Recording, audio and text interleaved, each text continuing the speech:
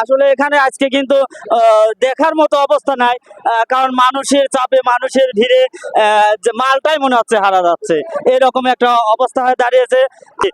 কোথা থেকে আসছেন? আমরা পাবনা থেকেই আসছি। ও, পাবনা থেকে আসছে। কেমন লাগতেছে এখানে মানে এরকম একটা চিত্র দেখে? এখন পাবনাতে তো এই প্রথম, ভালোই লাগছে আমাদের।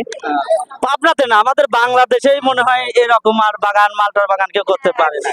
খুবই ভালো লাগতেছে না? হ্যাঁ, খুব ভালো লাগছে এখানে। ঘুরতে এসে আপনার কেমন মনে হচ্ছে? ভালো লাগতেছে। ভালো লাগতেছে। তো মানুষ দেখে ভালো লাগতেছে না এই গাছের ফল দেখে ভালো লাগছে? আমরা গাছ দেখার জন্য আসছি আর ফল।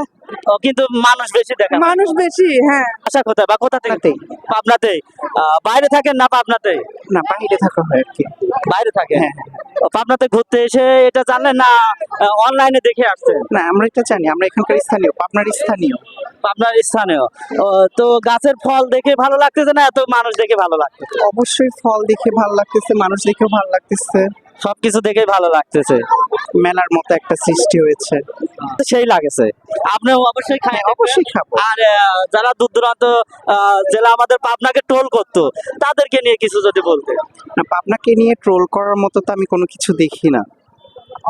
আমরা কিন্তু সবকিছুই অল ওভার